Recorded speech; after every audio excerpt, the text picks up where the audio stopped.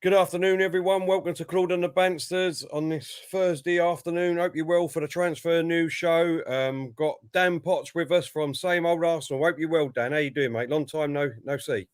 It has been Till. Pleasure to be back. Thank you for having me on, mate, and Happy New Year and all that. I haven't really spoke to you on this channel for a while, mate. So pleasure being back on with you, mate, and appreciate the invite. No. Love having you on, mate. Love having your opinions. Since I last see you, I know that a couple of your opinions have changed or sort of slightly changed. So we'll get into that a bit later on, mate, about the Arsenal. First of all, let's get on to the transfer news. And obviously, there's one big transfer news coming out at the moment today, and that is of this man, Odegaard. What's your thoughts on this player, Dan? Well, he was a wonder kid, wasn't he, a few years back? You know, he was 16 years old when he first got his kind of chance, and young Norwegian attacking midfielder who we all kind of thought was going to be the next best thing, and it didn't quite work out for him at Real Madrid. He's been on loan to Vitesse and he's been on loan to Real Sociedad, and wasn't a player that I knew much about, but he set the kind of league alight with Real Sociedad, and they're trying to get back in for him because of that. I've not seen a lot of him, but from what I am told, great vision, great creativity, superb left foot. People are talking about him being that kind of Ozil replacement in that position.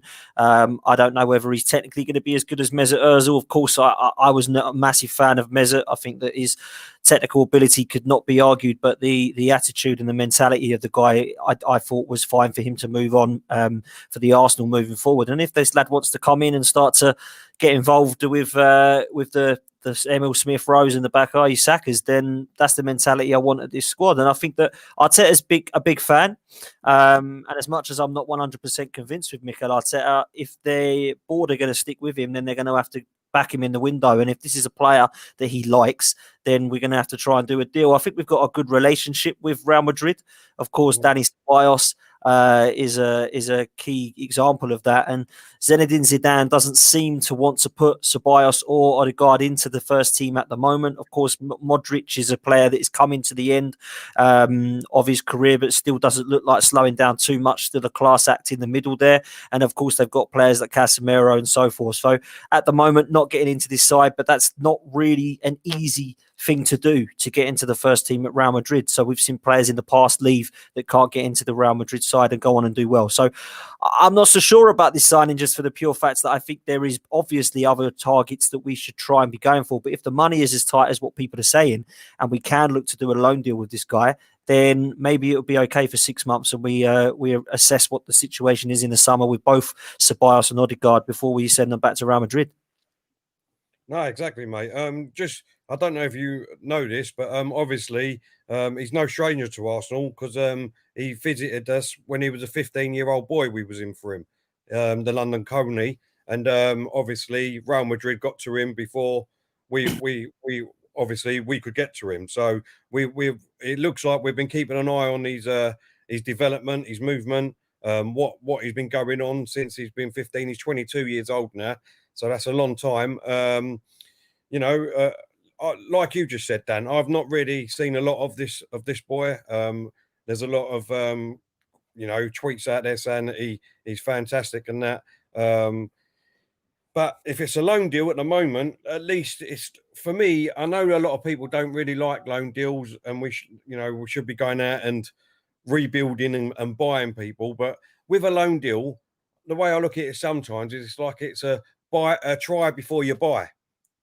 I mean, sometimes, just because you loan them out doesn't mean, it's a bad thing. We can see how they're going to adapt, if you know what I mean. Let's be honest. I think with Dani Ceballos, at first when he came here, I don't think we was there was a lot about him or anything like that. And then he sort of got into the team and we won the FA Cup with him and he played well. And now he's sort of gone back the other way. So, I mean, as a player, do we really want a bias, Dani Ceballos? I don't really know. But what's your thoughts on that, Dan?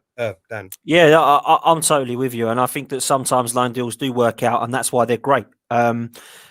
it's the 50-50, isn't it? If a player's looking great, you want to sign him on permanent. And if it's a loan deal, then it doesn't go so well. Then you've, of course, got that option to send him back. I wouldn't get Danny Ceballos. Personally, I wouldn't want to sign him. I don't think he shows enough consistency in the team.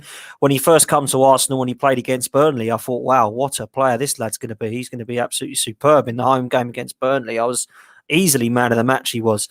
And then after that, I didn't really see him much, if I'm honest with you, until the cup final, or the cup run, should I say. And he was probably one of the best midfielders in the team, or best players in the team. So when, of course, we signed him again on loan, I thought, no brainer. You know, if he can continue that form, we've seen him go backwards, like you say. And I think that's a deal that I just don't see that's worth 30 to 35 million. And we don't know what Odegaard's going to be like if we do get him. He could go down the Danny Ceballos route, being fantastic, and then losing some form to end of the season. But I think it's a risk worth taking. If it's a situation that we can't afford the Buendia or aouar, we certainly can't afford the Jack Grealish, and I don't think that he would want to come in January anyway. So I think it is probably the next best option. I don't mind really, as long as our transfer plans are you aim high and you go down a step each time. So if you're going to go and try and say, let's go and buy a defensive midfielder, and you go for N'Golo Kante or Fernandinho or someone at that level, and you can't afford them, then you drop down to the next level, and then you go and look at somebody like Bissouma from Brighton, and then you go and look at somebody like Sangare or Samare from Lille. That's the way I think we should be doing our transfer business personally. You aim high. At the moment, we're not really able to attract those sort of players because of where we are positioned in the league and where we are as a club in terms of Europe and out of the Champions League. But it doesn't stop us from going and buying some great gems elsewhere. And I think there are gems elsewhere, even in the Premier League. You know, look at Liverpool, what they've done.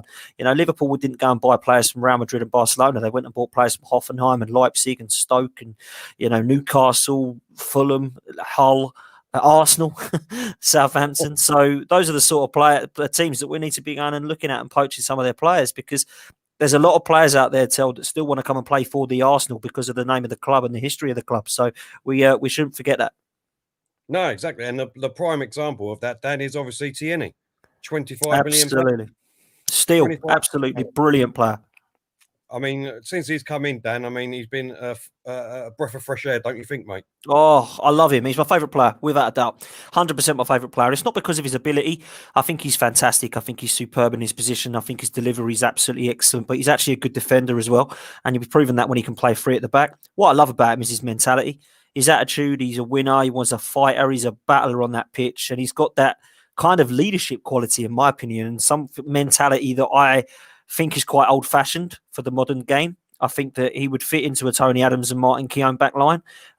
He's that type of player. And I think that's what we've lacked in the last few years. We've become a bit soft as a team, I think, in the last 10, 15 years at the Emirates. And Kieran Tierney is just the mentality I want to see at the football club. And what I love about it is this kind of first few interviews that he did. I didn't come to London to look at Big Ben. I come to London to play for Arsenal. That's what I want to be hearing in interviews. Yeah. That's what I love about this lad. He knows what it's like to win. And people can laugh and say that he only won against, you know, rubbish teams in the Scottish League. That's absolutely true. But don't forget what winning does. It breeds winners. And if you look at that positivity, it will breed positivity. And that's the sort of mentality that we are starting to see. And Kieran Tierney has not just been good for the last 6 games. He's been good all season and the end of last season. And I think the consistency has kind of gone under the radar with Kieran Tierney because of his injury record, but he has been superb since he's come back. And I think along with Saka, along with the last few games in Smith Rowe, and hopefully when we can keep Martinelli fit, I think it's only going to get better when we get the likes of Gabriel and Partey back in this side. I'm still not convinced by this manager, and I'm sure we'll go into that in a little while. But I think personally, with some of these players, they're not as bad as what people are saying, because we have got some great players, particularly youngsters coming through. And Kieran Tierney is 100% one of those. Yeah, no, listen, I totally agree with you about Tierney. And like you said, we would definitely get in further on in the show about Arsenal, the manager, and how we're going, mate. Let's look at, I mean, that's the potential incoming at the moment, the most prominent one that looks like could get across the line. Obviously, you've got Buendia from Norwich. What's your thoughts on him, Dan? Yeah, I like him a lot, actually. I was actually a fan of him last season. A lot of people said they didn't really see him. I did. Listen, I only watched Norwich on Match of the Day and the highlights shows, but I personally thought he was one of their best players. I thought him and Todd Cantwell in the middle give a lot of positivity going forward for Norwich. What I also think is when you have somebody like Buendia in your team, you've got somebody who's always creative and always looking forward. And I think that's something we've lacked of the last, well, certainly this season in the final third. He can play wide right. I think he can play wide left as well. And he can certainly play in the number 10 position or kind of further forward in a free midfield. Norwich fans who I've spoken to that I know quite well. I live in Essex and I'm only probably an hour and a bit away from Norwich. And the players that I know, fans that I know have said this kid is wicked, by far the best player in the Championship. We are gutted if he goes. We do not want to lose him. The reason that we're top of the league is mainly down to him and one other player. I think he's created the most chances behind Kevin De Bruyne in England. Which isn't a bad player to be behind. So I think when you look at what he's got, particularly going forward, it's something that I think we would lack. He would improve us 100%. And although he's not been in the Premier League long to see how fantastic he is, he's certainly got the style of a Santi Cazorla type. And if he's half as good as Santi Cazorla, I'll be happy. So, yeah, I think he could be a good signing. But it depends. I mean, Norwich are looking... I spoke to my mate and he said, we're looking at about 40 million now. We haven't got that money. And I think Norwich will probably look at a summer move because they'll probably want to get back into Premiership with him and then maybe leave him out and make some money on him. But I think you've got to be looking at 25 million plus add-ons to try and do a deal with Norwich. And I'm not sure we've got that till. All right, we'll get on to the money situation again a bit later on. Bissouma from Brighton. Massive fan of this lad. I think we were linked with him, probably 6 weeks or so ago, and I was happy. And a lot of people said, Bissouma, really, from Brighton? Well, I saw him when we lost to Brighton in lockdown last season, or one of the first games we did in lockdown. And he was horrible, Tell. He was horrible in the middle. He was kicking us to pieces. He wouldn't leave us alone. He was a battler. He was a little Rottweiler. He was a little bull terrier that just would not leave you alone at the ankles. And I thought to myself, this kid looks all right. Awful, real dirty player. And I started watching him from that point on because I always think that we have lacked that in the Arsenal side. I talked to him about Tierney and his kind of battling, winning attitude and that nastiness. That's what I think we've missed in our midfield. And I thought Lucas Torreira could have been that, but unfortunately it hasn't worked out for him settling in England. I think this kid could be wicked next to Thomas Partey. And the reason I say that is not just because he's one of these that won't leave you alone. He's actually really good on the ball. He's got some forward passing. He's got some vision. He can anchor the midfield, but he can also play box to box. And people would say that's very similar to what Thomas Partey does. But I think when you've got a player as good as Thomas Partey, it doesn't really matter who you put next to him, because we've seen already him play next to Ceballos, Saka, Elneny, Maitland-Niles and Willock, and he looks by far the best player on the pitch. So I think that you can put Thomas Partey next to anyone. What Bissouma I like about is his discipline. He's got some unbelievable discipline. Now, I'm not talking about his discipline for getting yellow cards and red cards, because I'm sure he'll get plenty of them, but his discipline on the pitch in terms of his positioning is superb. And I've been a real big fan of this lad. And I think him and Lamptey from Brighton have been two of their best players. And I can see why everybody wants them both, because they've been superb in terms of their consistency. So I think there is a position that we definitely need. We're looking at Guendouzi and Torreira are going out on loan and probably being sold in the summer because Arteta doesn't fancy them. I think Maitland-Niles has got something to prove in midfield there, but Arteta doesn't seem to want to give him a go. Joe Willock for me isn't ready. And then Will Smith-Rowe is too forward thinking to be a centre midfielder. So we definitely need some upgrade on Elneny and Xhaka. And I think Bissouma would be that. So I'll be a massive fan of this signing. I don't know how much he'd be. Probably looking at 20 to 25 million, I imagine. Maybe a bit more on add-ons. But I think it would be a fantastic signing. So I don't know about you. Yeah, no, I totally agree with you. I get what I'll do is I'll come back to that a bit later on, because I want to ask you a specific question about that. But yeah, no, I think he'd be a great addition to and not only that, I think if I'm right in saying I've heard that he's a Gooner as well, Dan. Yeah, massive Gooner, and his hero was Patrick Vieira. So I think that's the link. You know, we were linked with Zaha, weren't we? Because he was a huge Gooner, and I still think that deal should have happened, and potentially, Zaha believes it should have as well. But I think with Bissouma, his favourite player is Patrick Vieira. He's a Gooner, and that number 4 shirt is his if he wants it, as far as I'm concerned. So let's make the deal happen.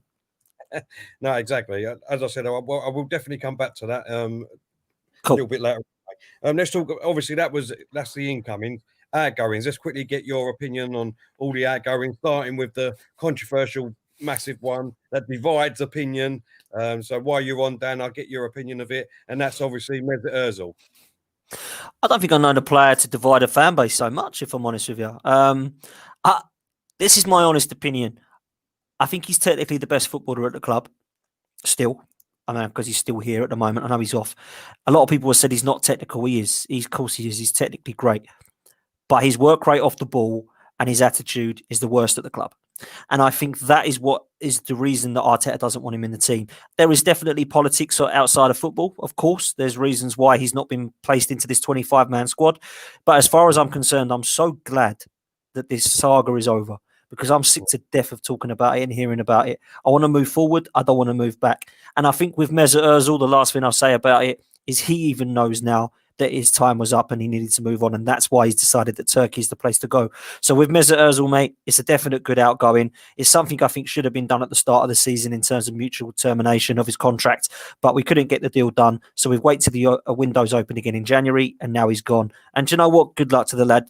Go away, do what you need to do, forget about Arsenal, and let us move forward without you. I'm not going to drag that bit on down, because obviously everyone's sick and tired of the Ozil bit, but I just wanted to get your quick take on it. Obviously, let's move on from there. Socrates. A lot of respect for Socrates, actually. A lot of respect for him. And the reason I say that is because he hasn't done what Mesut Ozil's done, and that's moan and go on PR, social media, and start getting the ump with people. I think Socrates is clear that he didn't want to be at the club, and he was trying to find a club. And I think the wages has been an issue for him, for somebody to pay him what he was getting at Arsenal. So he's agreed that football's more important. Let's go and get the contract sorted so that I can go and move on and play football. I never had anything against Socrates. I didn't particularly think he was an outstanding footballer. I thought some of his performances were certainly better than David Luiz and Mustafi at times, but he certainly wasn't a reliable centre-half then. It was a bit of a bad signing, in my opinion. I think this was a signing that Sven Mislintat wanted from his days at Dortmund, along with Mkhitaryan and Aubameyang, and that's the only main reason that we got him through the door at the club. Obviously, Arteta didn't see that he was better than some of the others at the club, and again, it's good to get wages off. I think he was on about 90 to 100 grand till, so it's good to get that off a weekly. So him and Ozil's wages combined is going to give us a lot more money per week. So I think it's a great move, personally. Yeah, no, I totally agree with you. Konoziak, I can't say his name properly, but Kolasinac, yeah. He's honestly what I think he's one of my worst players. I mean, everyone listens to me on podcasts. I know that I'm not a fan of this lad at all. And it's not because I have any personal hate against him as a person. I just don't rate him as a player. I never really understood how he was a defender. Going forward, people used to tell me he was fantastic, but I never saw him cross one football that was any good. He certainly couldn't score. He didn't really assist. And I never really understood what was so great about this guy. He was a tank. That was all people could tell me. He was a tank, and he was a really good signing. That's all everyone kept telling me. He's a free transfer, which says a lot, really, seeing as we were the only team who wanted him on a free. And he got into the team of the year in the Bundesliga. So, I mean, I don't want to buy anyone who gets in the team of the year in the Bundesliga if that's the best left back they had that year. Christ. So, again, 125k a week, way too much for me to be on. We've got Kieran Tierney. In my opinion, we should have kept Nacho Monreal as a backup, because I thought he was showed some leadership and was a good player consistently for us.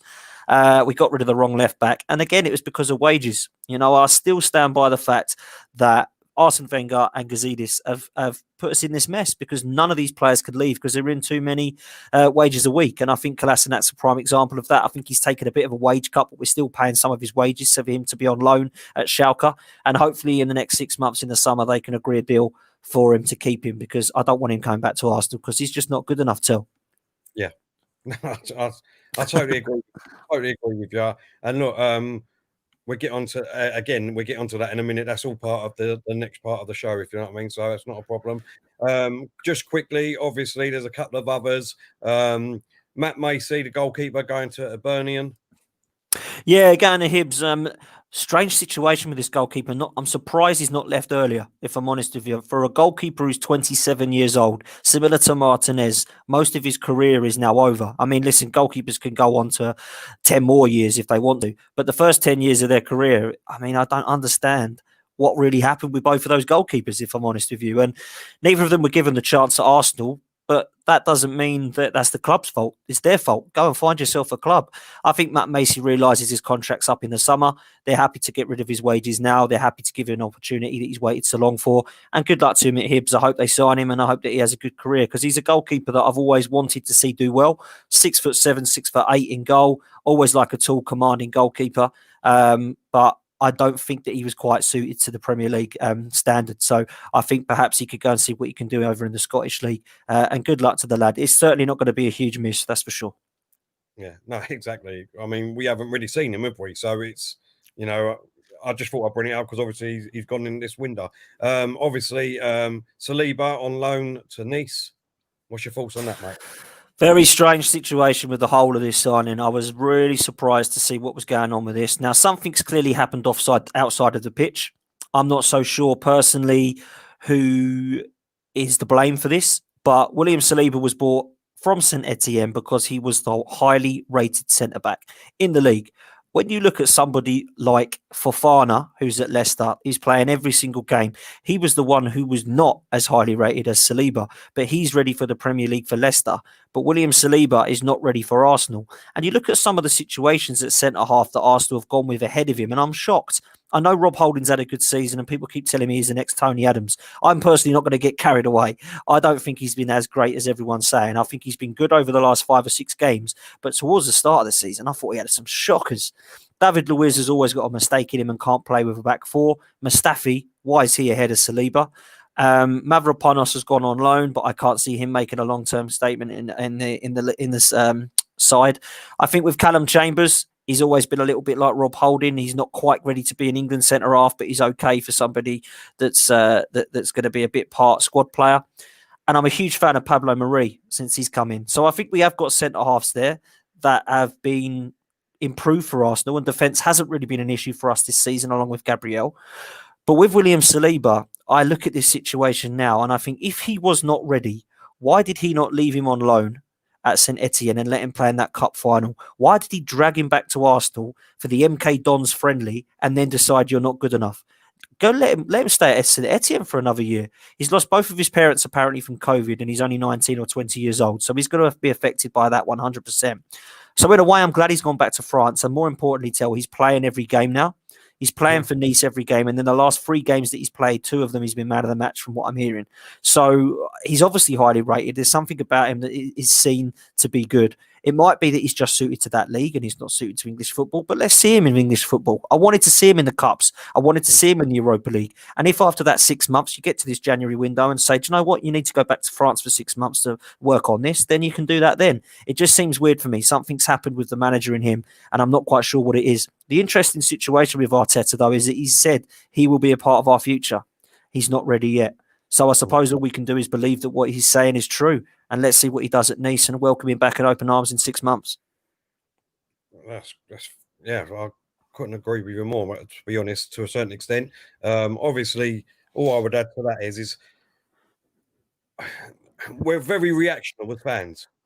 Obviously, you know that as Arsenal fans, our fan base. I mean, we're very reactional, and I think we're very quick to take the easy option. And the easy option is that obviously he doesn't like him. He doesn't think he's good enough. He should not. He doesn't want him here. Blah blah blah. Do you know what I'm saying? Instead of looking at the situation on a whole, like you said, obviously he lost his mum and dad to COVID. He's only 19 years old. He's moved to another country. As he made friends, you know what I mean, quick enough or whatever, as he settled in. There's so much more to it than what just meets the eye sometimes. Do you know what I mean? And let's be real. I mean, obviously, it wasn't Arteta's pick to start off with. It was Emery's pick.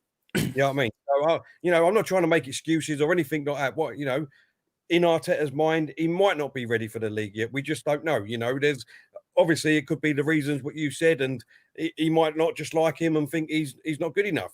We just don't know. But obviously there was a lot of paper talk, and a lot of fans were saying, "Oh well, we're going to send him now." He sent him out on loan, but he stipulated in these interviews, Arteta, that no, he's not going. We're not going to sell him. He's simply going out on loan to get some game time, and then come next year, basically, we want to integrate him in the team. And I'm hoping that he does. I'm one of the ones that wanted him to start from the season, Dan. Wanted him to start from the season. So did I. Exactly. So, I was upset that Arteta weren't picking him, but maybe there are some other reasons behind the scenes what we don't actually know. Do you know what I mean? So let's wait, like you said, come next season. Hopefully he comes back in and straight into the squad. I mean, Lone Star London has put a great comment in there saying that the football club should tell us why. I've always said that. I'd love the football club to be a lot more transparent. There's been a lot of ifs and buts. There's certainly been some mismanagement of players, in my opinion. And I think the clubs have a right to tell us what's going on, because at the moment there's been a lot of confusion. Certainly we'll get onto it later on with the board and the owners in terms of money. But I think that's a great comment there, because there is stuff there that we don't know about, and the Saliba situation everyone's scratching their heads about. So yeah, that's a great point there. All right, that's the transfer news sorted out. Let's move on, get into Arsenal in general, Arteta as a football manager, and the way we're going and what's been happening. But first of all, I just want to bring this up because you just said it, and that's a great comment to lead us into this. Lone Star, he's put, then the football club should tell us what's happening. So do you think this was what put to Arteta in his interview, and that was on if you found out who the leaking information was, the snitch basically in the dressing room or behind the scenes, and he says, I have sort of an idea, and he said yes in his interview. So what's your views on that, Dan? And do you think it should be made public? Should it come out? Should we know who it was? You know what I mean? Is it to do with this sort of group that has been gone out now and sold and on loan? What's your thoughts on that, Dan? I personally feel like this is an obvious situation of who it is, isn't it? I mean, there's one player that's left over the last coming days, and they've said, is it one of those? And he says, no comment on that. He would say, I don't want to discuss who it was. It's going to be Mesut Ozil, isn't it? I mean, it's quite clear. The stuff that he's been putting on his PR stunts are just unbelievable. And I don't want to go into the guy again because it makes me sick, if I'm honest. But one good thing about Mesut Ozil leaving is his PR team go with him, because they've been driving everyone nuts on Twitter. By updating stuff on Twitter when we lose games, I didn't see Mesut Ozil updating his Twitter status when we went to Baku and he stunk the house out. I didn't see him, going to games at the Etihad and Man United and then updating his Twitter when he stunk the place out. So why do it when we lose to Everton 2-0 or we lose to Burnley 1-0? That's my question for him. I think that he was the snitch. I think he was the leak. There's a lot of rumours about it being David Luiz and Willian. I'm not so sure that I believe that, because they're still playing and being brought on in every single game. I don't think that they would be if that was the case. So the problem with Mesut Ozil is he's so loved across the world and he's so loved within the dressing room that I think that was going to have a negative impact on it. And I don't think it is the main reason as to why we were struggling, but I do think it had some kind of disruption to it, and I think it's had some impact with it. So yeah, that's what I would say for that. And in answer to the question, should we know about it? We're never going to, are we? He's never going to come out and say it was Mesut Ozil that did this, because he knows that it would just cause a lot more drama. But I think in his coy way there, he's saying no comment because you know exactly who it was. Yeah, and look, I mean, this could be the problem of what's been happening at Arsenal. The player power that's been happening since the Wenger days, right? This is what I've been harping on about. We need to get rid of these players for this reason, because of that culture.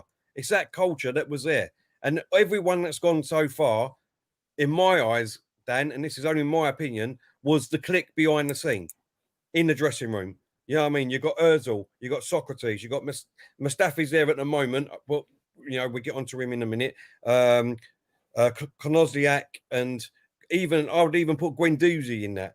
Very influenced, I think, as a young player, because let's be real, Guendouzi, if you go look back on his history with other clubs, he's always been in and out of trouble with, the clubs he's been at, and managers and suspensions and things like that. So he looks like he's a very influential player behind the scenes, if you know what I mean. So that sort of core group now has gone. That culture has gone. You know what I mean? There's still a couple of other players in my eyes that we need to get rid of. But like I keep saying, we still need a squad. And we're not going to go out and replace all these players that we're getting rid of, Dan. That's the word that you brought up there that's key, is culture. And that's something that we have needed to change over the coming months and years, because this has been years and years of bad, weak mentality. This has been years and years of poor man management, mismanagement of players, contracts that were just so high, it was just unbelievable. And I think what that's done is it's put the team close together in a bad way, because you talk about a clique there of the Guendouzis and the Ozils and the Socrates, the Kolasinaks, I think Mustafi, David Luiz. I think you've got players that are quality that are still in that clique as well. I mean, Lacazette can turn it on his day. Aubameyang, who's been out of form, has now turned on with a couple of goals. He's in that clique. And I think that's why it's affected them mentally as well, looking back, because Lacazette couldn't hit a barn door until this season. Aubameyang's had a dreadful start to the season. I think it's mentally affected these players, these clique. I just think that when a player like Mesut Ozil becomes unhappy, it rubs off negatively on his friends, and they are his friends. And I think that by him being dropped and by causing such drama within the dressing room and outside of it, I think there's definitely been some form of that has had a disruption in the dressing room. I don't really take anything away from the fact that I think Arteta's to blame also, but I think personally that hasn't helped, and I think the culture needs to change. And the great thing about it, in the summer of 2021, which would be in June, they will be mostly gone and we can move forward.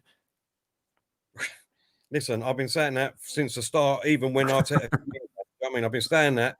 To be honest, this is what, you know what I mean? This is why I kept saying, you know, wait until next season. Wait until next season, the next, you know, the main transfer window, when most of these players will be gone. Because not only will they be gone, their contracts would be up anyway, and we wouldn't be renewing them, right? That's what I did never dream of, that this would happen now. For me, this has come 6 months earlier than expected. Yeah, you're right. I mean, listen, I know you've always been a fan of giving Arteta the season for that reason. I said that whoever is the manager of Arsenal come the summer of 2021 has the best chance of progression, and I stand by that. What I don't do, though, is give Arteta the free ride like some other people do, because I think he has made some inexcusable mistakes, and he's baffled me and it's confused me. But you're right. 2021, we'll have no David Luiz, we'll have no Mustafi. Ozil and Socrates are now gone. Kolasinac is now gone. That's a huge weight off of people's shoulders. You've got Lacazette will probably be sold in the summer if he doesn't sign a contract. Bellerin is being touted to remove because we have 3 right backs at the club and he could get some money for him. Granit Xhaka, there's question marks over what he's going to be doing if we upgrade him. Is he going to leave and not be okay being a bench player? Another player that needs to move on, in my opinion. Mohamed El Neni's contract, again, is like Lacazette's. It's coming to an end. So if he doesn't sign, he'll be sold. All Arsene Wenger players that need removing from this squad, because we need to move forward with this manager. And when the manager can sit back and say, this is my team now, then I agree with you. We can then start to put more on him. But at the moment, I don't think he's getting the best out of these players. I think it wouldn't surprise me if something happens with Willian or Pepe in the summer as well, because if they continue to perform the way they have, I don't think Arteta will want them. I know he doesn't rate Pepe. It's clear that he doesn't want Pepe at the side. The amount of chances that he's trying to give him and it's still not really working out for him, I don't think he's been managed particularly well. However, I just don't see that he's gonna stay at this club long term. We're gonna have to cut our losses with players like that. And with Willian, just take a couple of million and get rid of the guy. His attitude stinks, and he's come here to settle into his retirement home. So I think a lot will happen in the summer, and there'll be a mass exodus of players. And I think it's needed at this club, to enable us to move forward.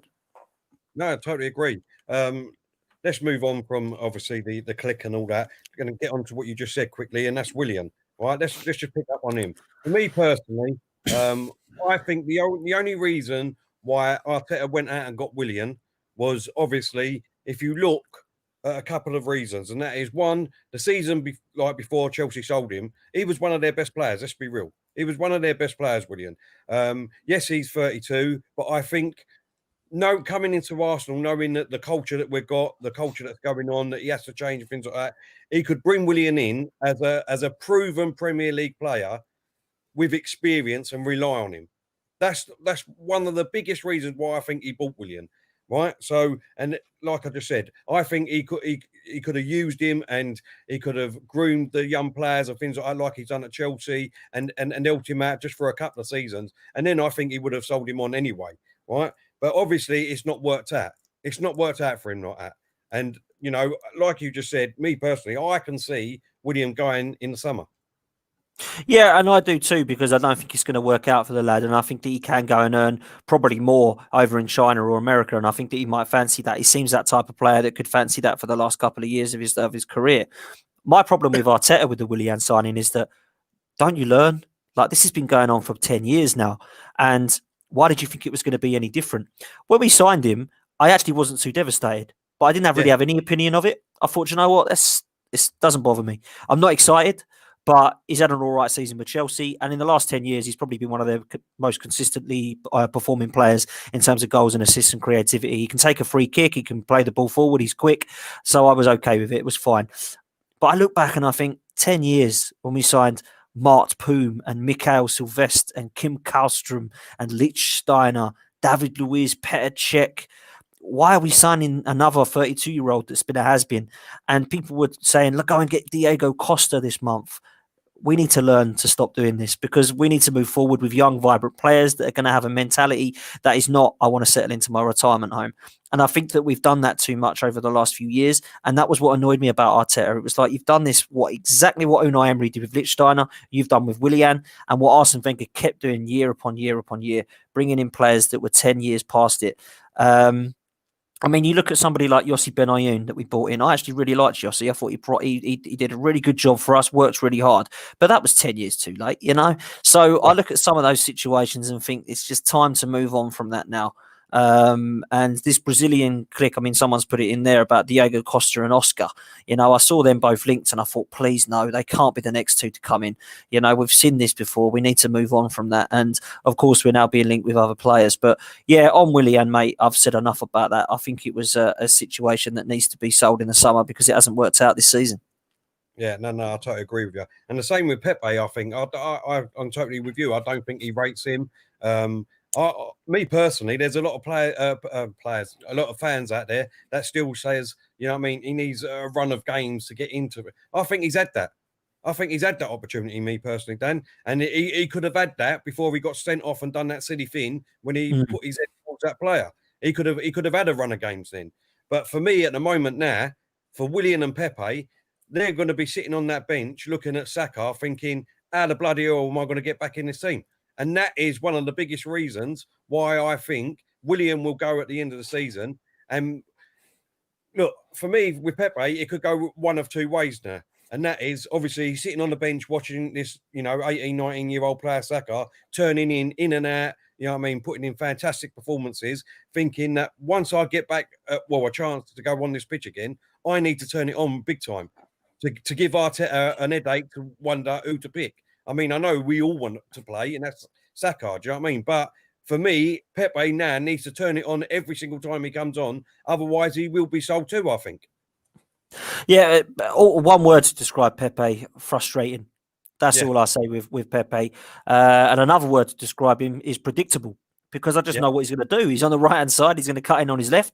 He's only got 1 foot. He's going to cross and go on his right, and he's going to cut back in on his left and try and cross the ball. And I think everybody can see that. The only good thing about Pepe is he can cut in and he can put in a shot, and he can take a free kick. I don't believe personally we have got a player there that Arteta puts any faith in, because I do think there's a player in there. He's got an amazing amount of technical ability. I think he's got talent. I don't see him as a right midfielder. I don't think he is a right winger. I think that he is a player who will go either up front or behind the striker, because he can have enough ability to make a centre-half's life hell. And we saw that when he played there against Van Dijk at Anfield last season, where I think he was the only player last season to dribble past Van Dijk. But also we saw it in the FA Cup final when he moved him into the centre, and I thought he looked superb there. So I think there is a place for him to play in that sort of role. And if Arteta doesn't see that now that we've got Smith Rowe and potentially other players coming in, then I think we need to cut our losses and accept that it's not really worked out for him. He has been given chances. You know, a lot of people are saying he hasn't been given the time and the chances. He's been given a good season and a half now, and it's just not working out for the lad. Maybe it was a bad signing. Maybe the league isn't suited to him. Maybe the 22 goals that he scored against Lille, 16 or whatever of them were penalties. So maybe he was never actually that amazing as people said. But I think we need to accept that it's not going to work out for him here personally. Yeah, no, I agree, mate. I agree. Yeah, I mean, let's get on to these two. Let's talk some positive news, Dan. How do you feel about these two, mate? Mate, I am extremely impressed. Extremely impressed. And I tell you, someone who needs to thank them is the manager, because it's the only reason this manager's still got a job, because of those two players, in my opinion. I really do feel that, and I feel that strongly. I think that these two have turned it on for him when the manager needed him to. Saka, you can put him anywhere. Left back, right wing, left wing, number 10, left centre midfield.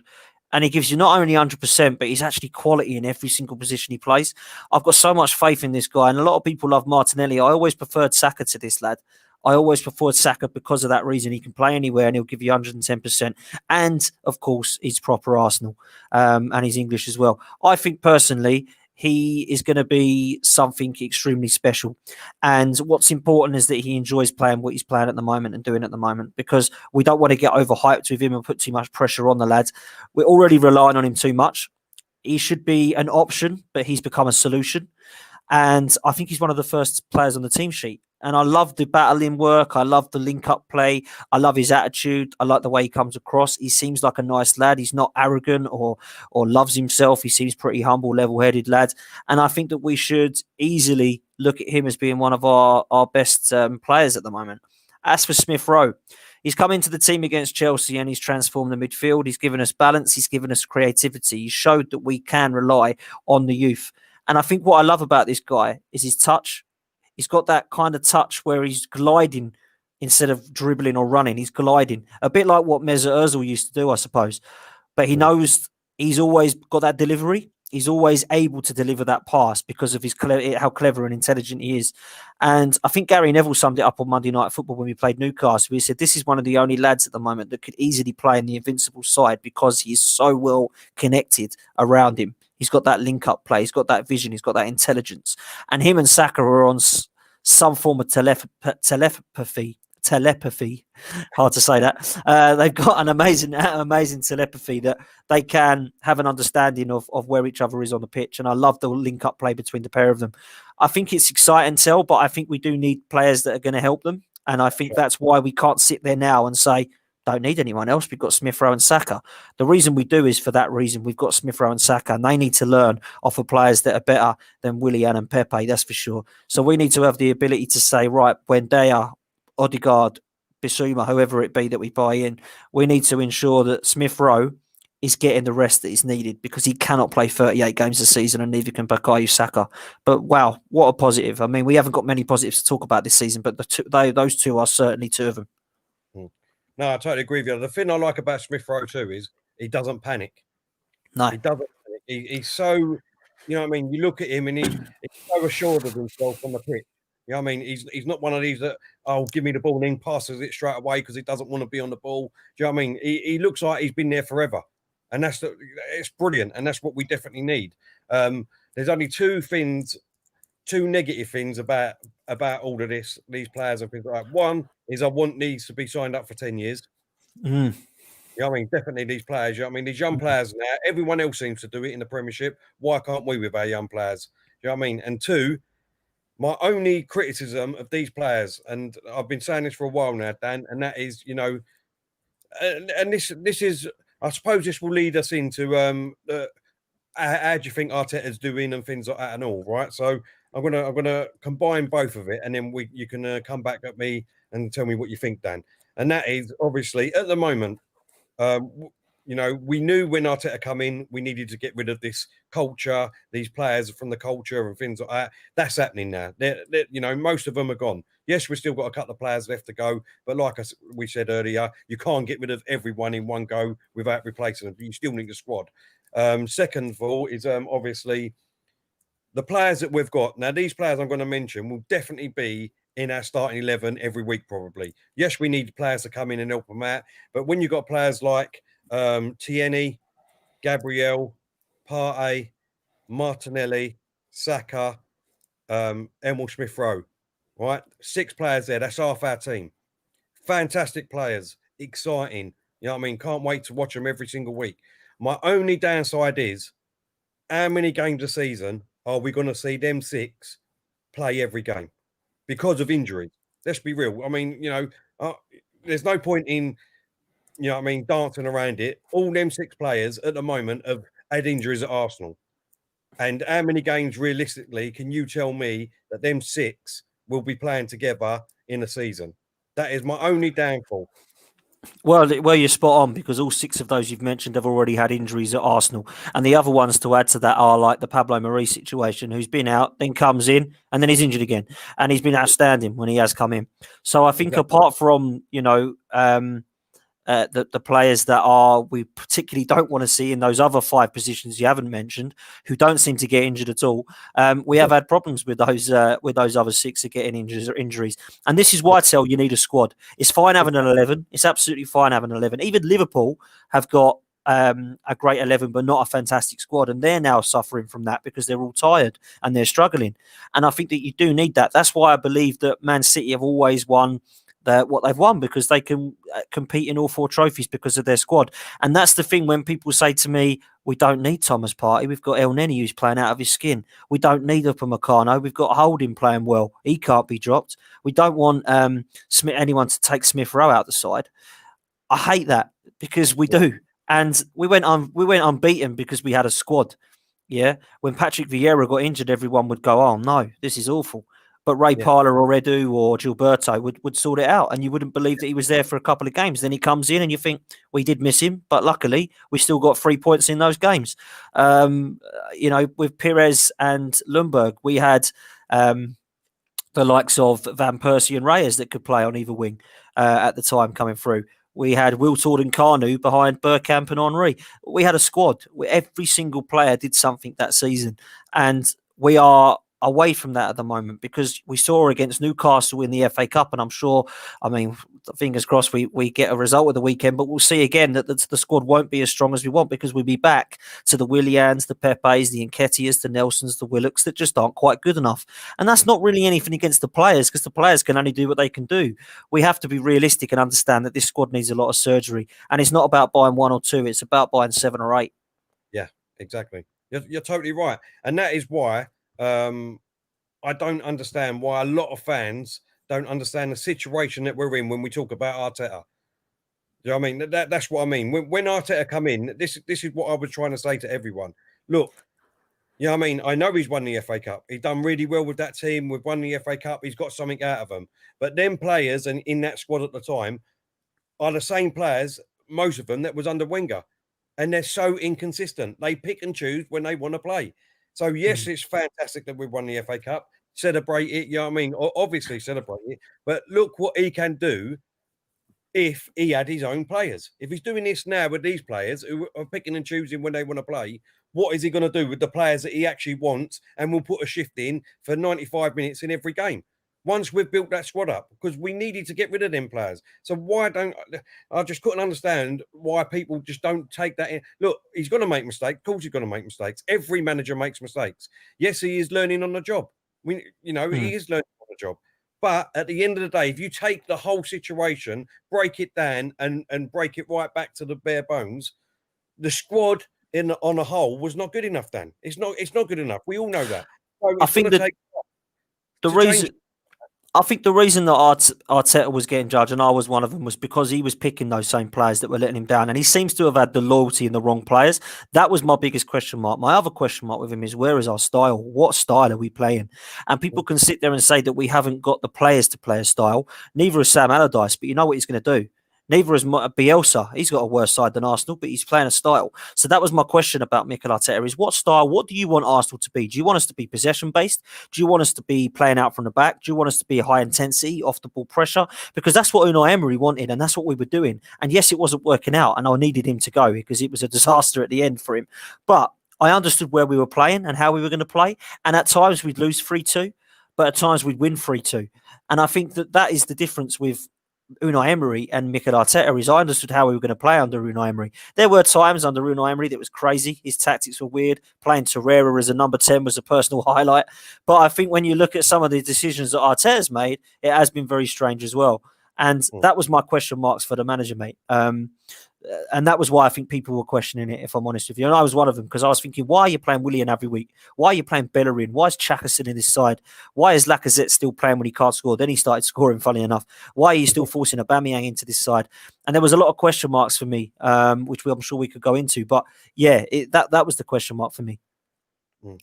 Just quickly, just before we move on and carry on, we just want to let everyone know tomorrow's show will be at 3 p.m. tomorrow, the Transfer News show with ex-Arsenal legend Kevin Campbell, one of your friends, Dan. You know, you do a lot with him and all. He'll be on giving his views on all these players and Arsenal, how they're doing. So please, everyone, come over and give that a watch. That'd be a good show. I'm looking forward to it. So yeah, that'll be at 3:00 tomorrow. No, look, I understand that we've got to criticise. You know what I mean? Of course, we've got to criticise Arteta. I mean, I can't understand, like you said, why at the beginning of the season he was still playing Saka, bellerin was still getting in this team. You know what I mean? Loads of other questions. You know what I mean? But I also sort of took in consideration that we need a overhaul. You know what I mean? We're not the Arsenal of 16 years ago. We're just not. And if people think we are, then that's crazy. Do you know what I mean? That's crazy.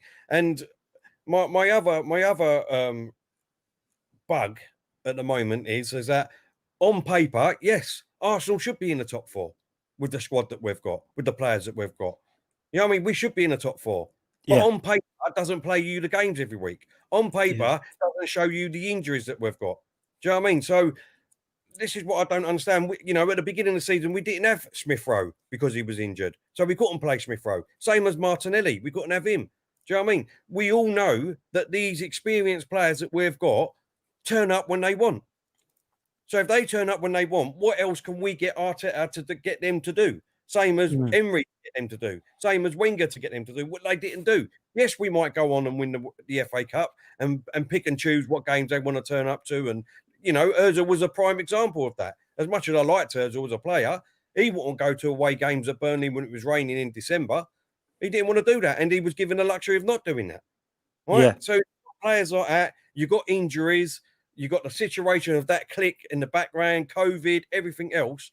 For me, when Emery went, I wanted Arteta to come in. Everyone knows that, you know what I mean? And I was willing to give him the time and the situation to turn this club around 360 because that's what needed to happen. Yes, we've got great players there, aubameyang, lacazette, you know, but all these players are going to go through times of, you know, not scoring like aubameyang has this season and have bad games. But at the moment, our squad is not good enough to be in the top 4 with injuries and all things like that because we are going to get injuries. Yeah, and listen, you make some great points about Arteta's process and the project, and I understand that. Listen, I'm not naive to the fact that we have some terrible players. In fact, some of the worst I've ever seen. You know, I said the other day to Lee Judges that if the coach was to pull up outside my house, I think I'd probably carry on watching EastEnders. Do you know what I mean? It's that bad, these players, some of them. My question marks over the manager have always been there. And I started off asking questions, and I thought I was allowed to ask questions because I'm a fan. And then I think that when you look at what he's done to answer those questions, some of them are still quite baffling. I'll take you back. When he first came, he wanted Mesut Ozil to be a huge part of this football club. He wanted Mikel Arteta wanted Mustafi and Granit Xhaka to stay. He wanted, when Granit Xhaka was pretty much in Hertha Berlin, ready for a transfer after throwing the armband off, he wanted him to stay because he thought he was good enough. He also wanted Mustafi to stay and he offered him a new contract. He played Kolasinac and Mustafi in games where they shouldn't have been seen dead in. He went and bought a goalkeeper to replace Martinez that is absolutely terrible. Mm-hmm. And that's not Runnelson's fault. That's the scouting's fault. And he's admitted that he can't get that right with the goalkeeping situation. He's been playing teams that Arsene Wenger kept loyal. Sorry, been playing players that Arsene Wenger had huge loyalty in, like Bellerin, like Saka, like Lacazette, like Rob Holding, when they've had bad games. He's begged Maitland-Niles to stay, but he's not managed him well at all. He's not playing him. He's put Cedric in ahead of him. He's put Bellerin in ahead of him. He's played him in midfield when he's been absolute man of the match, standout players. Never seen him again in midfield since. He sticks up for Granit Xhaka for grabbing someone around the throat and getting sent off, but then Pepe goes and headbutts someone and he tells him he's a disgrace. Which one is it? They're either both a disgrace or they both got passionate and decided it. So there's mismanagement there.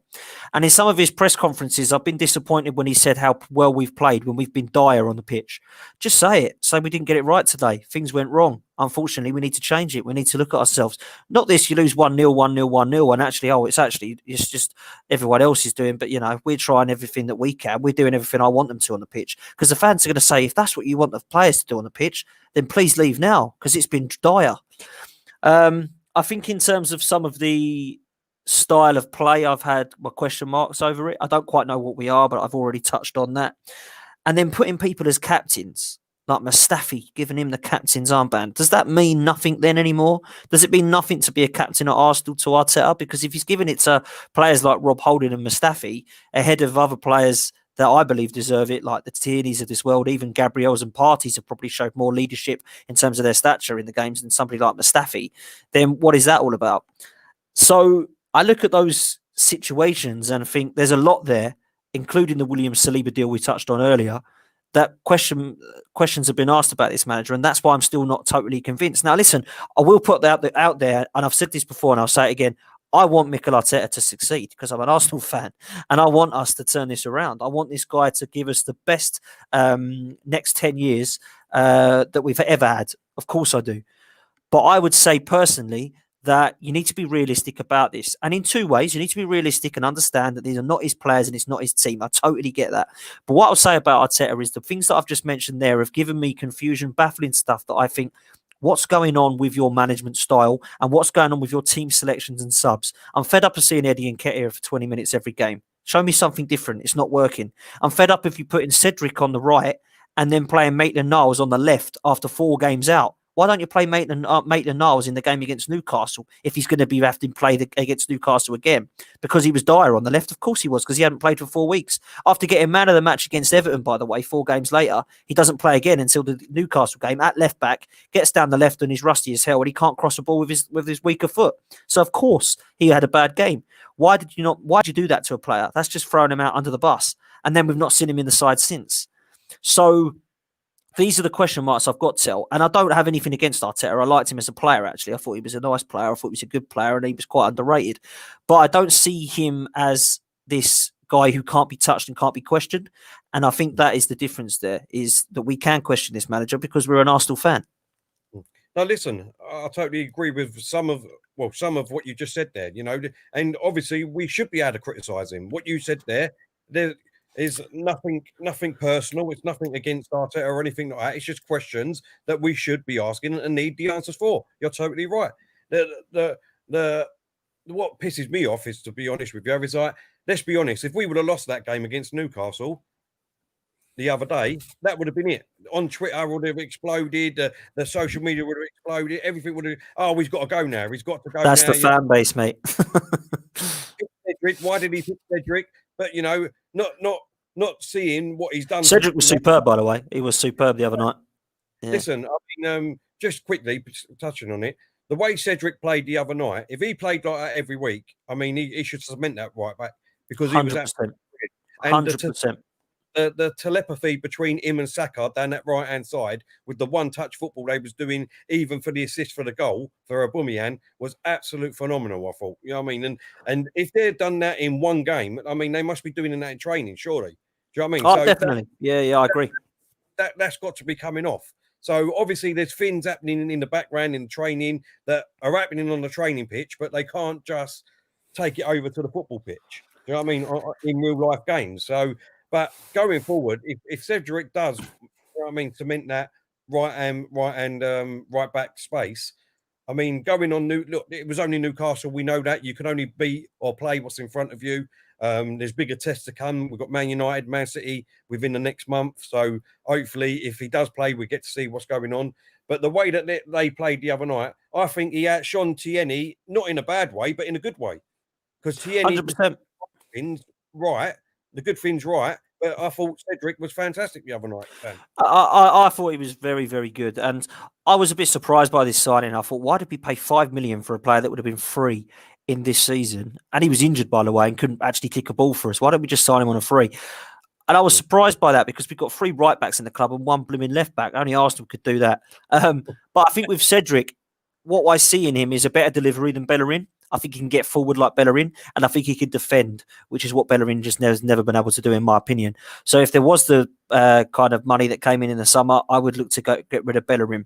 I think with Cedric's performance, what I liked was not just the telepathy, but it was the mentality he had. It seemed just a lot more together with this side. He seems to have fitted in well with this side, whether it's in the training pitch, whether he gets on with them, whether there's a kind of Brazil and Portugal connection, whatever it be. I think he looks like he could settle into this squad now, not be our number 1 right back. But one thing I will say is he needs to play right back for if he carries on playing like that. We can't put Bellerin back in. And that's the thing. Will Arteta do that, you know? And as for the fan base, listen, I've had my say on this fan base for a long time, mate. I think we're the most toxic fan base in England, in my opinion. And And I don't think we can have one voice between us all. I think we always have different opinions. I mean, listen, how can we? Only Arsenal can let a player divide us in Mesut Ozil. Do you know what I mean? So that's what the fan base do. We never get together. We always want to slate it. We're never happy when someone does something good. It's always slate it and never be happy together. You know what I mean? And I think that's the problem with some of this fan base. Only minority. Majority of us are good fans and we love the club and we want to see the club do well.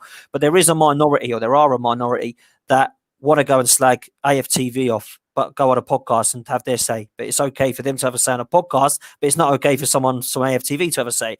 They get we care, do you, and they don't want to get involved. They just want to slag it off and slate it. They'll go to the Emirates and say, what's this Ashburton army? What's this young lad trying to do? Cause a scene. That's a load of crap. Slate it. And then they'll sit in the stadium and go, oh, it's a bit quiet in here, isn't it?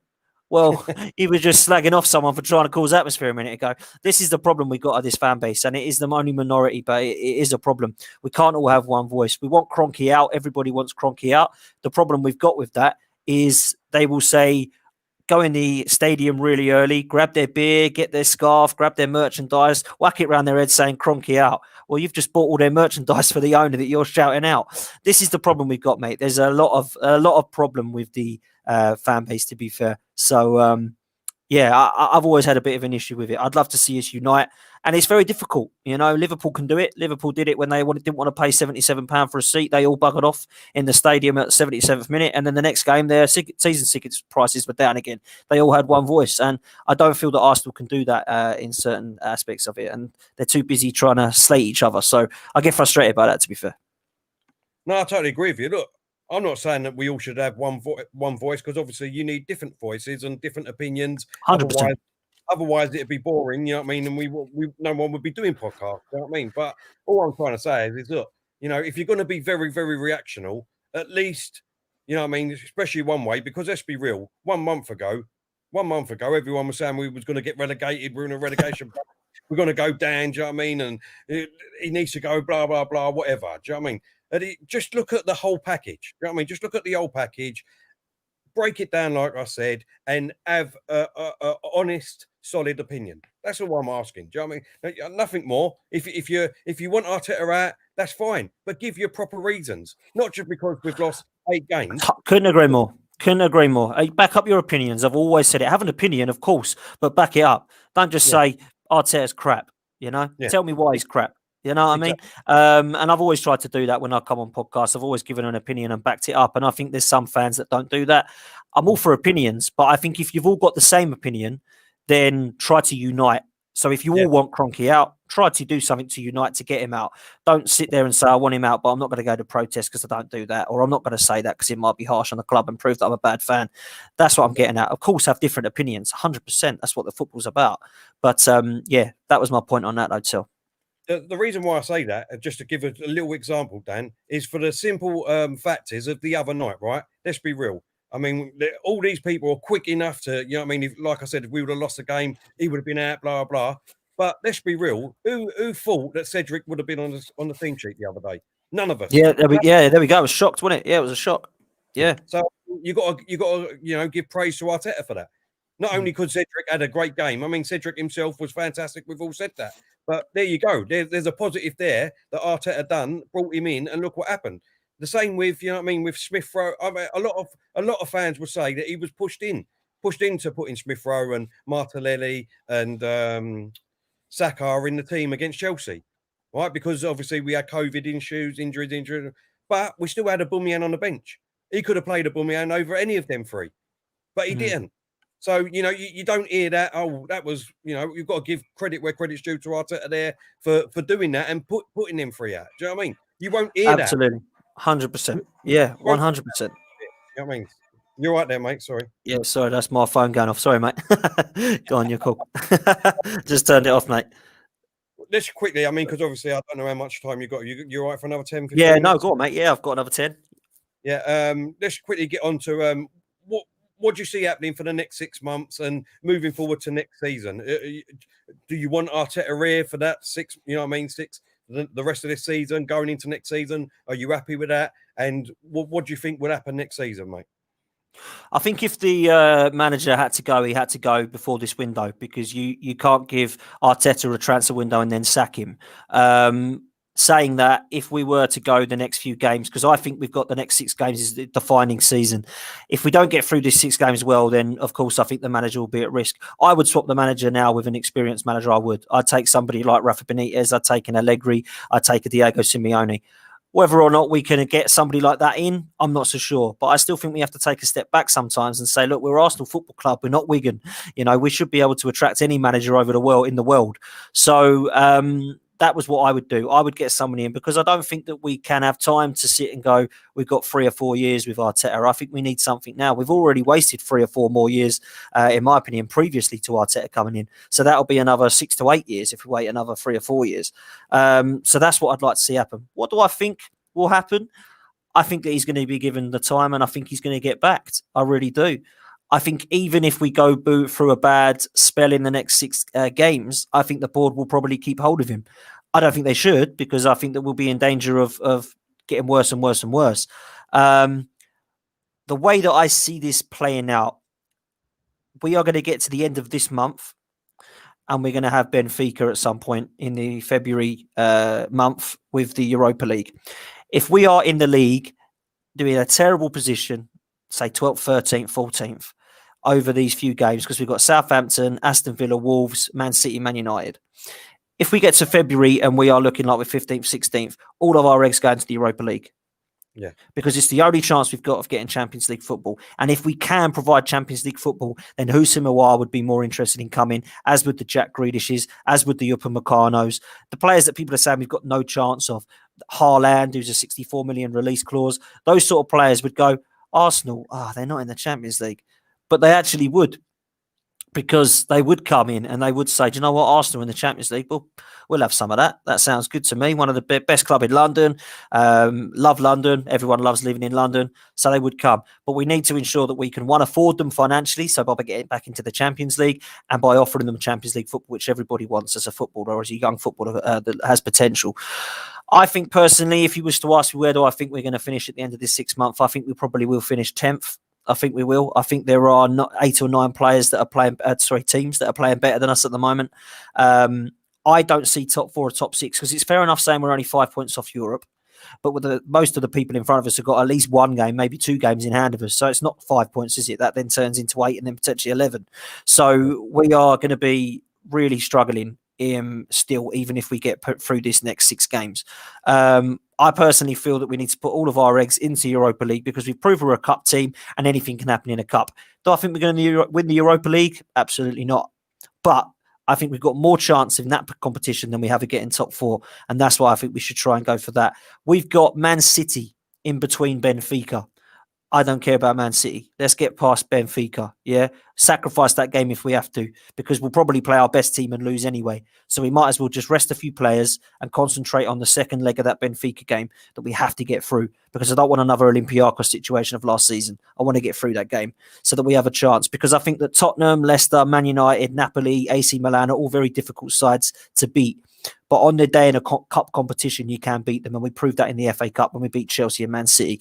So let's get that mentality back into the swing of things and see where we are come the end of the season, when, of course, we have that huge clear out till. Now, look, most of the things you said again there, I totally agree with. My only argument to that is, Dan, is what you just said about we've got Man City before we play Benfica. If we lose that game, again, like I said, there's going to be fans out there saying, well, you know what I mean? Why didn't we go and win that game? And we're going to go play. Take the situation in hand, look at what we just said, and understand the situation. That's all I'm asking, Dan.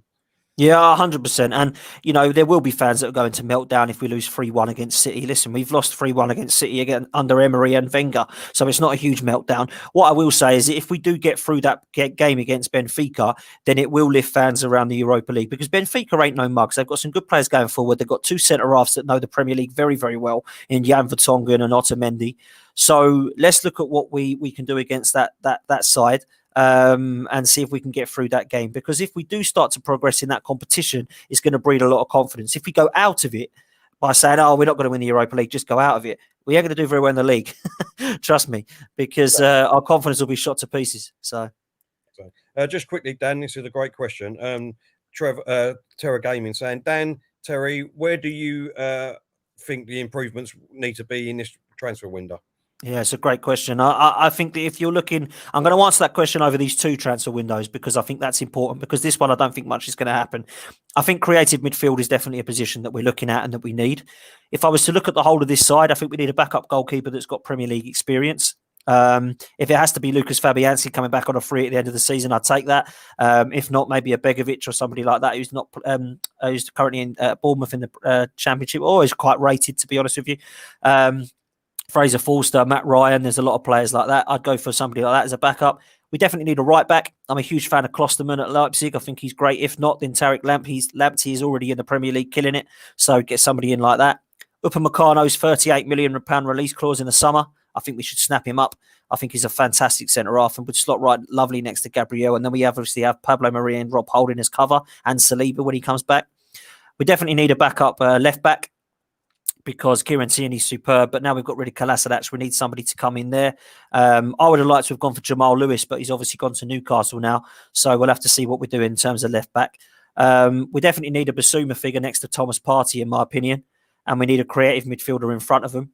And I still feel that Zaha would be a better option than Pepe or Willian on the right. I really do. I know Saka's playing there at the moment, but he's not going to be there every single game. He's going to switch positions. And Saka and Martinelli are good enough for the left. And then obviously up front, we've got Aubameyang and Lacazette. And I think Lacazette may be replaced with somebody like Edouard from Celtic in the summer. People are saying, well, I don't think Upamecano will come in the chat. I don't think people would want to come to Arsenal.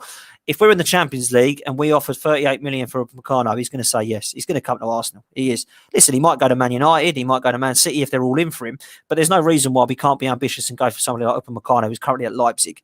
That's the way I see it. We're still a big club. There's nothing to stop us getting 100 million combined for 6 or 7 players and going and putting a bid for Jack Grealish. He would come to Arsenal. We're Arsenal Football Club. I think some people forget that. Why would they come to Arsenal? They're rubbish. Well, we're rubbish at the moment, but they're a huge club, massive fan base, one of the biggest clubs in the world. If you was to look at the history of football clubs, Arsenal are probably second or third in the league, and probably in the world, probably in the top 10 to 12 in the world. So, of course, they would come to Arsenal. They're not going to stay at Leipzig or Hoffenheim or do well at somewhere like Stoke or Southampton and say, no, I'm happy here, cheers. If Jack Grealish was to honestly sit there and say, do I want to play for Aston Villa or Arsenal? He's going to pick Arsenal. Of course he is.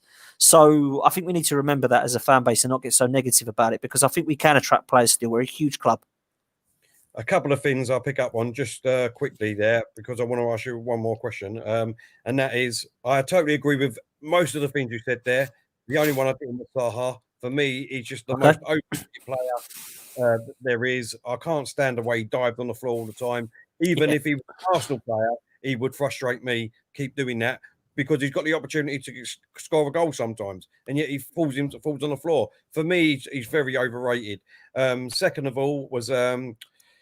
you're totally right with about we are the Arsenal players.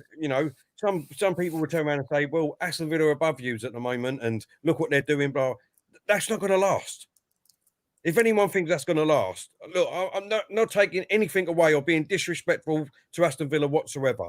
You know what I mean? It's not going to last. You've got to do that over so many years of being, at that top level. We've done that. And like you just said, of course he's going to want to come. When you look at the history and the trophy room and things like that, what's Villa done to Arsenal? They're in, they've won the FA Cup the most times. At least I'll be able to win a trophy with Arsenal. That's not being disrespectful with Aston Villa. So you're totally right there, Dan. I think so, and people will say we can't afford Jack Grealish, we can't get Jack Grealish, no chance. I don't think that's because they think he won't want to come to Arsenal. It's because we don't have the money to pay for him, and I think that's true. And Manchester United might do, and he might go to Manchester United. I think the difference is that we can attract players still, and people will say no, they can't, but we can attract players. That's why Thomas Partey come to Arsenal. Why would Thomas Partey want to come to Arsenal when he's going to win the league at Atletico Madrid this year? Because Arsenal are a huge club. He's a massive boyhood fan, and he thinks that Arsenal are going to go forward under Arteta. So that's why he's come to Arsenal. People make me laugh when they say Upamecano and Jack Grealish won't want to come to Arsenal because they're not a huge club. Absolute madness. They don't want to stay at Leipzig and Villa because they ain't going to win much there. So trust me, it's nonsense. No, exactly, mate. Just quickly, out of all of them positions, what's the most... or the position or the player? Obviously, we know a goalkeeper is a backup. The thing is with the goalkeeper and the backup, what you just said for me, is it's not going to cost that much money. Let's be real. Because obviously he's going to be quite old, if you know what I mean, like the players you just said, and he's definitely going to be the second in command. So it's not going to cost us that much. So who's the one player in the position that you would want sorted out this transfer window, Dan? Believe it or not, I would want the centre midfielder next to Thomas Partey. Not the creative one, because I think that we could have Saka and Smith Rowe in that position personally. And we could even try to play Pepe there if it got really bad. I don't want Willian, but and personally, centre midfield next to Thomas Partey is a huge upgrade on Saka and Ceballos and Elneny. So I would try and go for Bissouma. I would. If it was me, I don't think aouar is going to want to leave Lyon. I don't think we've got the money for it. I think we can try and do a deal with Bissouma. There was a rumour about Brighton going in for a centre midfielder because Bissouma's got his heart set on a move to Arsenal. Now, I don't know if that means in the summer or this window, but that's the player that I'd like to see us sign. I don't think we will. I think we'll go for that Odegaard. I think that's looking likely at the moment. And I can't see us going for Bissouma this window, but I'd love to see it. Look, I totally agree. For me personally, I would want a defensive midfielder. And the reason why I say that, Dan, for me is that in Partey is someone who we've been looking to get for 16 years. Since that undefeated season, in my opinion, we've been going backwards and backwards and backwards. For Partey, he just looks absolutely phenomenal. That game look, again, it was only Newcastle, but the things that he was doing was all the right things that we wanted to see. And that was picking the ball up from Leno straight away, getting that long ball straight over to aubameyang, if it be Saka, Lacazette, whatever, and getting us straight on the attack. He will be phenomenal for us. What I want from him, he's going to be at that box-to-box player, the same as Smith Rowe. I will play them two in the midfield, and I want a defensive midfielder that will sit there and defend and protect the defence. So then what that will do is free up Partey and Smith Rowe to do whatever they like. They know they've got to get back. They already know that. You know what I mean? So that's not a problem. They're the box-to-box players. I want a defensive midfielder that will sit there and just say, look, boys, you go and do what you do. Don't worry about, you know what I mean? Don't worry about the back. I've got that, but you need to obviously get back and help me once you go forward. You know what I mean? Not every time. And just on that odd occasion where I might shoot forward, you've got to be, you know what I mean, have it in your brain that you've got to sit back for me while I do that. But the majority, 95%, is that defensive midfielder. And then I think that will be the best position if we can get that player there, and that will push us forward, Stan. I agree. And listen, Thomas Partey is one piece of the puzzle in that midfield. We need another. And that's why Gilberto Silva and Vieira were so good together. And when you miss Gilberto, you miss Gilberto. I think Thomas Partey, like Becca has just said there, against Man United at Old Trafford, he was fantastic. Absolutely sensational player. And I think against Newcastle, he's come back and shown his class. What we need is Thomas Partey is not an anchor in midfield. He's a box-to-box midfielder. And if you can get somebody next to him that is going to do that anchor role, I think you've got two fantastic signings there. You can put Smith Rowe or Odegaard if we get him, or whoever we get in that position, because it looks likely we'll get somebody in front of them. And you've got yourself the midfield that's balanced. We've been trying so hard to balance our midfield with Torreira, Xhaka, Guendouzi, Elneny, Ceballos. Willock, it ain't worked. And that's because none of them are at that quality of Thomas Partey. Bissouma, listen, people are saying, no, Bissouma, he might not be no good, but Bissouma looks like a kind of Wijnaldum signing to me. You know, when they signed him from Newcastle.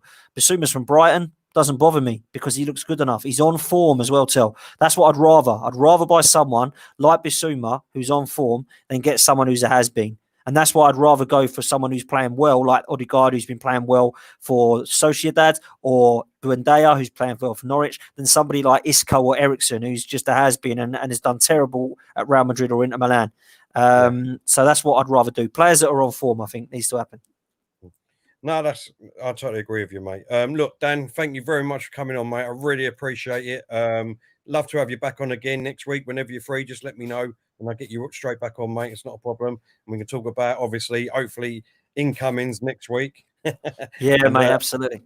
And moving forward, obviously, I'll tell you what, quickly, give us your predictions for the FA Cup game against Southampton and Southampton in the Premier League next Tuesday, mate. Sure. I think we're going to beat him in the FA Cup, actually. I do. I fancy us to beat us in the FA Cup. Fancy us to beat them, in the FA Cup this weekend. I think we're going to nick it 2-1. I don't think it's going to be an easy game by any means, but I think we're going to nick it 2-1. However, in the Premier League, I am going to go for a 1-1 draw. I don't think we've got enough. I think the teams will be different again, and I think that it will be very, very hard to get 3 points against Southampton in the league. So I'm going to go for 1-1. Just quickly again, do you think it will be the same team against the FA Cup as in the Premiership, or would you rather him see him, change it about, make sure that no of the main players get injured, ready for that Tuesday game? I think that we'll see people be rotated for this weekend game. I really do. And I think Southampton will do the same. So that's why I'm going for a draw, because I think Southampton are a good side. I think they'll see some of their players dropped ready for the league game. I don't think Southampton are interested in winning the FA Cup as much as they are in trying to get into the position that they are at the moment in the league. So that's why I'd go for that. Of course, Southampton want to win the FA Cup, but what I mean by that is they're more interested in trying to look at what they're doing in the league. I think with Arsenal, I think we'll see the likes of the Nketiahs, maybe the Nelsons, the Willocks. I think we'll see something like that. But Southampton, I think, will play a couple of their youngsters. And I think our squad is better than theirs. So that's why I predict a win on the weekend. But I think for a draw, 1-1 at Tuesday will be a fair result. And that was the same at the Emirates, wasn't it? So I think it will be a very similar result. Excellent. No. But Argyle, thank you for your super chat, mate. He's saying great show. Thank you very much. Really appreciate it, mate. Just to let everyone know, tomorrow, 3 p.m, transfer news show with the ex-Arsenal legend, Kevin Campbell. He'll be on giving us his opinions. Saturday, we'll be doing a live watch-along of the Arsenal-Southampton game in the FA Cup. And we will be live early hours of Sunday morning for the UFC fight with McGregor. So please come along and watch us with that. And we look forward to seeing you tomorrow. Dan, quickly before we go, Shaq, give yourself a shout out, mate, where people can find you. Thanks for having us on, and just a massive shout out to Claude. I hope you get well soon, mate. I know you've not been well for a couple of weeks, but I spoke to him a couple of days ago and he said he's still a bit rough, bless him. So I hope that he recovers well, and I wish him well. And if you do want to follow me on socials, then it's on Twitter at DanArsenal87, at Same Old AFC for the Same Old Arsenal podcast on YouTube. Tomorrow night, I'll be doing a preview show on the Team Talk with Danny from Bergkamp Wonderland, Jess, and also a Southampton fan in time for the weekend's game and the Tuesday game. So please come and follow us tomorrow, 7 o'clock, to watch that one. Brilliant. Well done, Dan. And like I said, we'll be live again tomorrow at 3 o'clock with ex-Arsenal legend Kevin Campbell. That'll be a good one, that. Yeah, it'd be good. I really like Kevin. You do a lot with him, didn't you, Dan? Top man. Top man. Excellent. Thank you very much, everyone. Really appreciate it, and see you all tomorrow. Take care.